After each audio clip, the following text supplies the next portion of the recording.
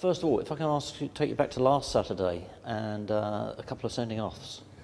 Yeah, surprising sending offs to be honest with you. Neither the skip nor JB are renowned for anything too robust or bending rules or anything like that. But I think there was 12 yellow cards in the game, which I know they don't have to be bad tackles, but I didn't see anything warranted in any of the dismissals, if I'm honest with you, or some of the other yellow cards as well. But it was one of them games, I've got to say, it's one of the few times this season I thought we were second best in the first half, and we conceded a goal, unlike us, in the manner in which it was conceded, and we didn't do enough to score. We had enough chances in the second half, and quite weirdly, when the two lads went off the pitch and we were left with 9 men, we actually created more chances with the 9.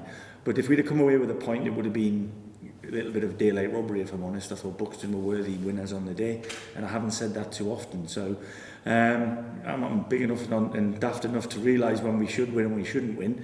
Well done to Buxton, and we look forward to trying to put that right when they come to us later in the month.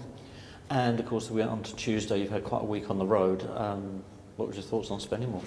Well, I thought it was a good game. I thought people from a distance will probably think that we've given them 2 points back because we were in the lead on 2 occasions. But they were right in the game from the off. I thought we started slightly better than they did. We created a good couple of chances before we actually took the lead. So it was a really good response to what we told the players, following the Buxton game, and that's 3 out of 4 games on the road is tough. Whatever people say, whatever people think, we left. I left home at 10 to 9 that morning, and we got to the hotel at 4:10. We had a little bite to eat, and then on to the game.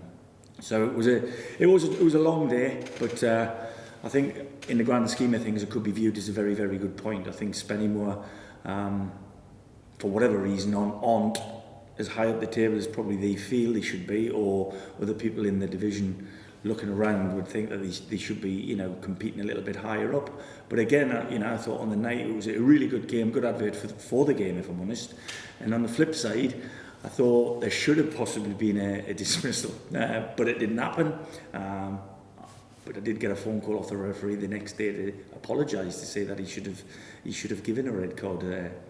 And the golden thing about that was the lad who actually made the challenge ended up scoring the second equaliser. So, so things like this sort of sometimes pile up against you, but you'd like to think at some stage it's going to turn around and you're going to get 1 or 2 things go for you. Not in the case of dismissals or anything like that, but just a little bit of fortune. So we haven't had much of that lately.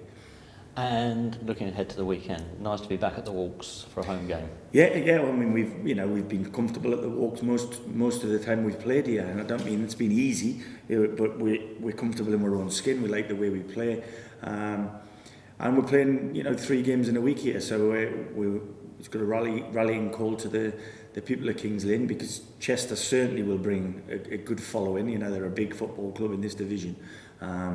And there was a humdinger of a game at that end, when we went 3-0 up at half time and we managed somehow not to come away winners. So we feel there's a bit of a score to settle, but they've been on a great run. He's done ever so well, the lad in there. So we'll be concentrating on ourselves. We'll be picking the best team we feel we've got available to us to win the game. And if we can't win it from the beginning, we'll look to win it from the bench. And it's all set up for a good game. As far as injuries and recoveries are concerned, what's the state of the squad with some of the players through fitness? Well, we could have 2 of the 4 that's been missing for the last 2 or 3 weeks back. We've trained this morning, and as long as they don't have any ill effects from the training session, then we could have 2 from the 4 back. We haven't picked up anything this week other than Spencer Keller being poorly after the trip to Buxton. Got a bit of tonsillitis, so he's just been away from the group. But other than him, we're looking very, very healthy. And a busy week coming up, as you say. Very busy. It's not just this week coming up, it's the next week and the next week and the next week, which we seem to be the only team playing every Tuesday, which I find a little bit strange, especially when certain teams now have played at least the same games as us, some even less. So I don't understand why they're not playing every Tuesday, but it is what it is. We'll get on with what we can control, and we'll try and add some points to the board this week.